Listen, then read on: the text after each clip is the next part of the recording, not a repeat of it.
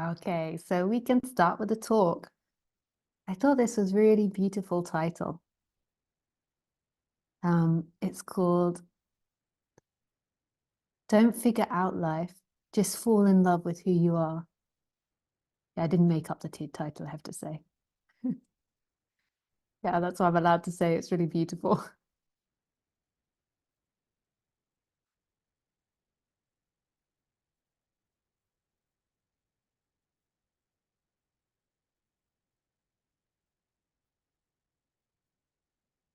So what does that mean?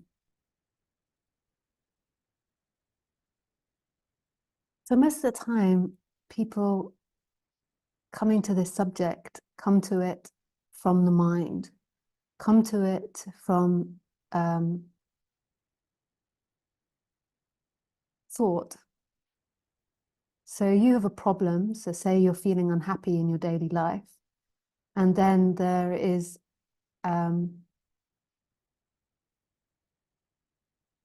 the experience of discomfort. So then you think to yourself, okay, I am going to get into this subject to try and make my life better. That's how most people get into it, or you just kind of fall into it. Maybe somebody introduced you to it, but it comes from the mind, from understanding through the mind. And often in the beginning, the teaching is of presence. So the teacher teaches you about becoming present. And you understand that being present is much better than not being present. Like, it's very logical that, you know, if you're sitting there thinking about problems, it's very uncomfortable. But if you begin to focus on this moment and forget about the problems, then there is a change in the physiology of the body. The body begins to feel a lot better.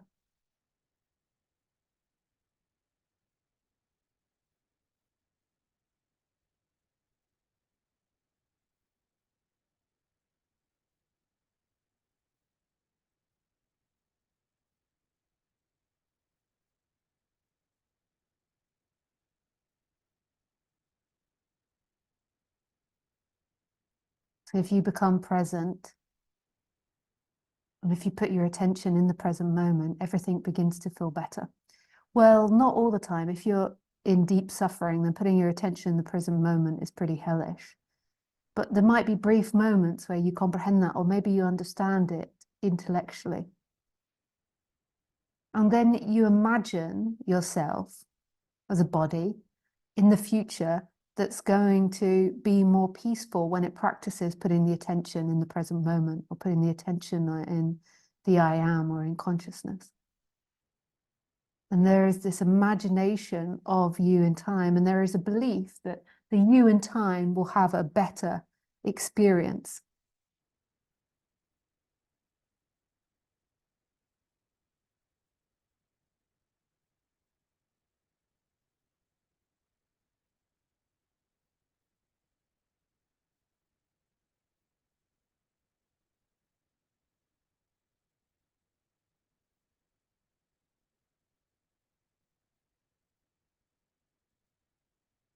There is a you in time, in 10 years or 5 years' time or a year's time, there will be a lot more present and a lot more free. And all of this is in the same system of imagining. Like, it feels so unreal when a teacher says that you are an imagination, that you have come about through imagination. But who you truly are is the I am and the empty looking, which is right here, right now.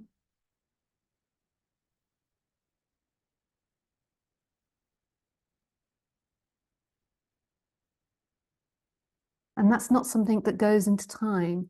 So that empty looking can't exist in a different state in the future, because the empty looking and the I am is always free.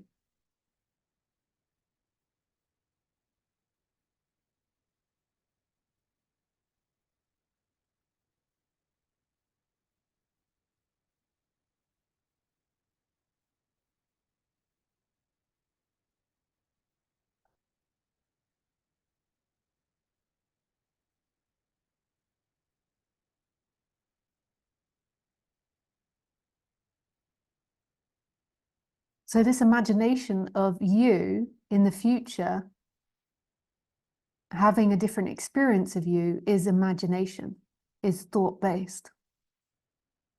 So when you get into this subject, you come into it through thought. There is a you that you're imagining that's going to achieve something which you're imagining. But this subject is pointing out to that which is here beyond imagining, beyond any thought or imagination that you have.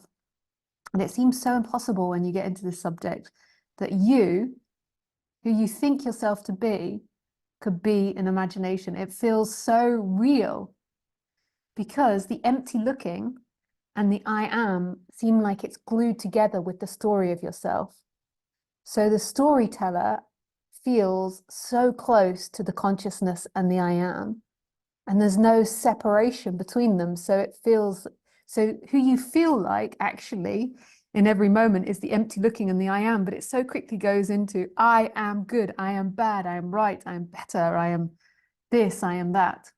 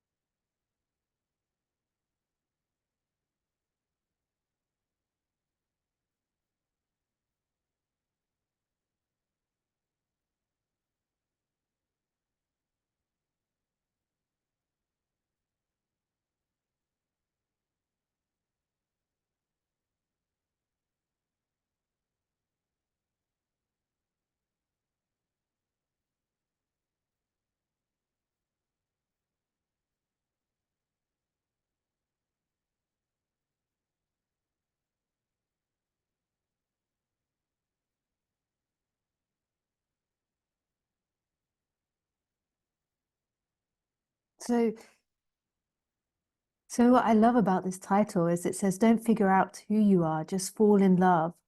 Don't figure out life, just fall in love with who you are. So a lot of our suffering comes from always trying to figure out the best action, the right action, what I should or shouldn't do. And this is suggesting that the most important thing about choice making isn't the imagining, it's the coming back to who you truly are and making a choice from that. So falling in love with who you are as the empty looking and the I am. This is who you are.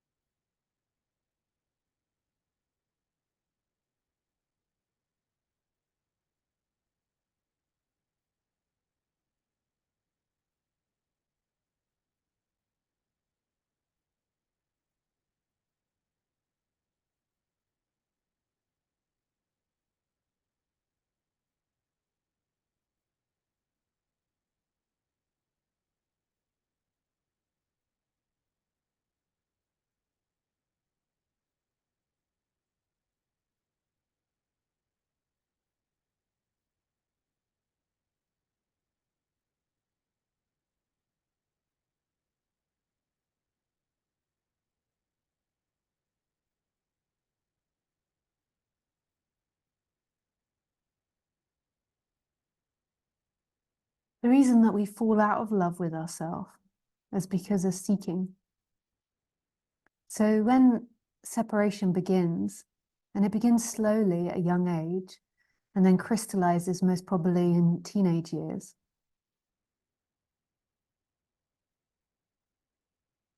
when seeking begins, there is the removal from yourself. You begin to believe that you are an imagination in time. So as a baby, prior to separation, there is just light, there is just the world, and there's no baby in relationship to the world. There is just crying, there is just pain, there is just happiness, there is just joy, there is just room, there is just sounds, and it's for no one.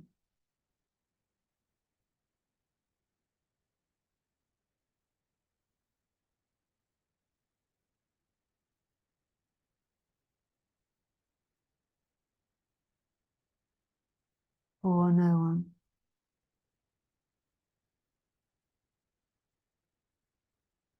Then, at 3, there begins to be, or 2, there begins to be this start of imagining that I am Ronald McDonald. Ronald McDonald.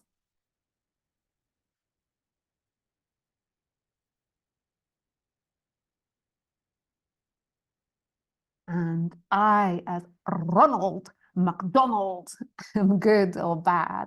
That's why I just really enjoy saying that. Ronald McDonald. Ah, hi, Jimmy. He's down by the spring. Can't do it Scottish. And Ronald McDonald begins to imagine himself as a ginger nut haired boy with freckles and brown eyes, hazel eyes, who's very white and pale. And he's a good boy, except when he's hungry. Then he gets a grump on.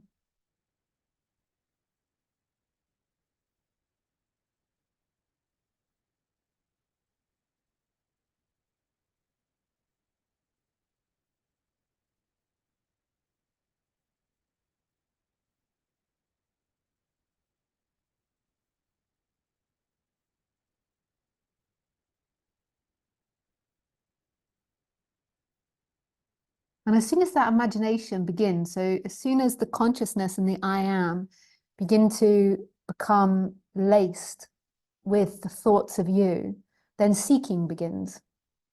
And and the seeking is very gentle at first. It's just trying to find moments of feeling at home, that deep relaxation of who you are, because the child remembers it very clearly.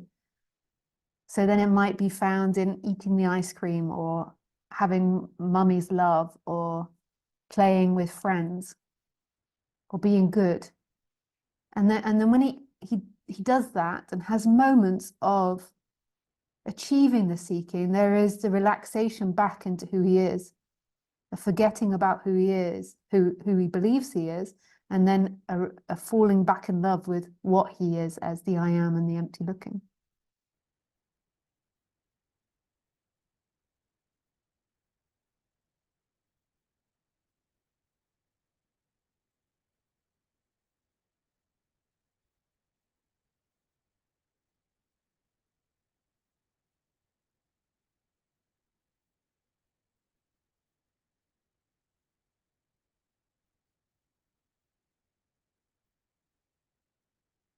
But like anything, the more that he plays with this game of seeking, the bigger it grows. So the more time he spends away from home, the more time he spends in imagination rather than the deep relaxation of who you are. The more and more, and the years pass and more, and the brain builds all these neural pathways of seeking games, different patterns, dependent on the conditioning, social conditioning, the genetic conditioning, DNA, past lives, if that's what you believe in. And this game becomes bigger and more elaborate and more complex You know, in the beginning, it was like Ronald McDonald could sink back into himself when he went to McDonald's and had a hamburger. But then, you know, by the time 13, it's like this more elaborate game of like beating his classmates at a test, and then the teacher saying particular things and him feeling better than and superior than in certain, you know, that the game becomes more elaborate, and more things are needed in order to have that moment of freedom, that moment of feeling at home, that moment of absolute love. You know, and then 20 years pass. Ronald McDonald is 20 and been playing this game for 17 years. So it becomes more intense, like anything. It's like with the alcohol, right? Rather than just a bottle of vodka a week being sufficient, it's like 4 bottles of vodka a week. Maybe that's a bit extreme. I don't know how many bottles of vodka someone can drink. You know, it's more is needed, more seeking, more seeking. You know, you get into your 30s, more. And then your life becomes so complex because society is based on seeking. So society makes our life really complex, you know. It's a lot for one person to own a house, own a car, clean the house, keep the house, full-time job, have kids, have a partner, have friendships. Like, this is considered the norm in our society, but it's insane. How is someone meant to do all of these things without making themselves freaking ill? How? And yet most of society subscribes to that because it's a seeking society. You know, it's a society of separation where everyone is like a headless chicken, madly looking around for their body. They're trying to... It's insane the amount of things that is expected in the West of people. They're insane, like a membrane. But it's taken as normal. After 40 years of this, you're like, oh, fuck it, I can't take anymore. Let's get into spirituality. I used to tell my friends they were right wankers for getting into spirituality, but fuck it, I'm on my 40s. I'm having 4 glasses of wine a night just to chill out. Let's get into some spirituality to see if there's any shite in that. So one gets into spirituality after 40 years of seeking and comes into spirituality imagining themselves with this whole complex life, and then imagining that they're going to do a bit of practice of the I am, a bit of emotional release, and then, oh, thank fuck, I'm going to be home. And it's so much deeper than that. Because who is this one that's going to be home? Like, that's the illusion that you've been supporting for 40 years and maybe lifetimes. Who is this one that's going to be home? Who's going to get home? The whole time this drama of you's been playing out, where you've been overworking yourself and slogging yourself to death, the whole time that's been happening, there has been the empty looking and the I am present. And we can go so much deeper with the empty looking and the I am, because in the end they disappear into nothing and everything, and then to mystery. So we can go deeper, but it's a good way of speaking and teaching the I am and the empty looking. Yeah.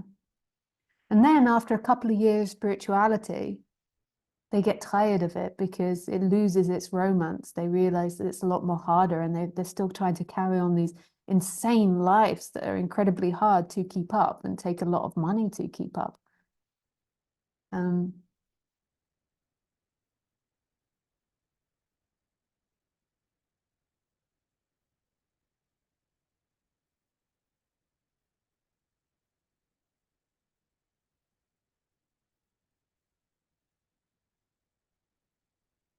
Yes.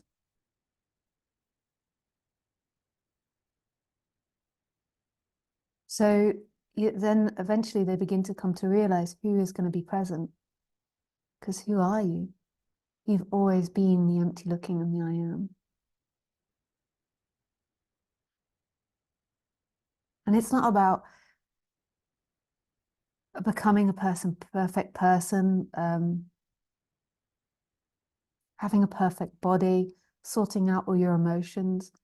I think that this is really good to do, because when you're deeply screwed up and spent many years seeking, and your mentality is all over the place and you're having all bizarre thoughts, you know, it's like the clouds are so dense. How can you see the blue sky that's beyond them? So I think it's really good to do, but that's not necessity. You know, the person can be as the person is,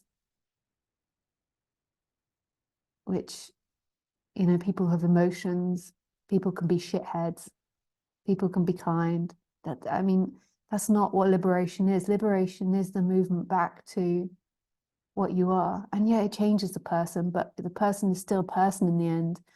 It's still wanting to stay alive. It's still wanting to not have to spend all its hours working for money. It still has to navigate incredibly complex relationships.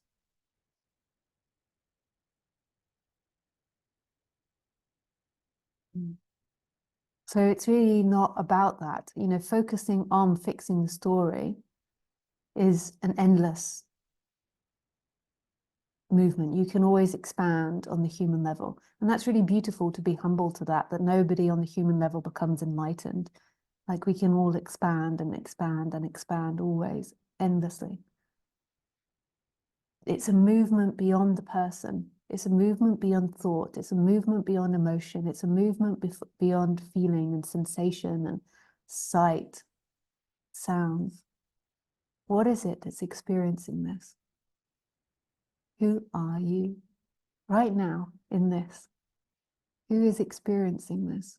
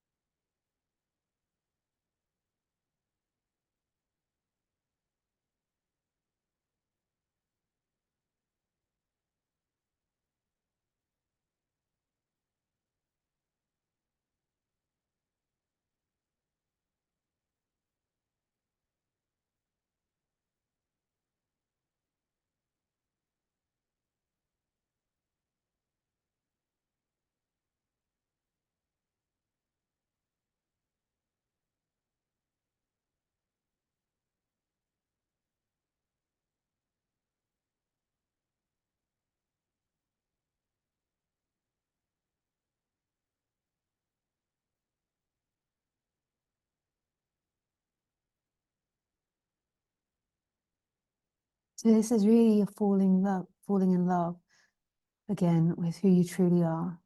Not anything that moves, not anything which is experienced. Anything which is experienced is transient and will come and go, but back into what you truly are.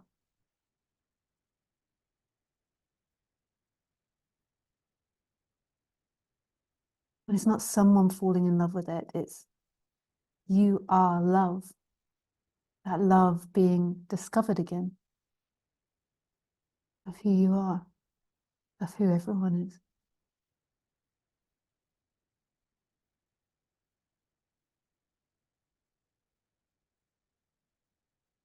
Yeah, it's so beautiful. Okay, so if you have any questions in Telegram, please ask away.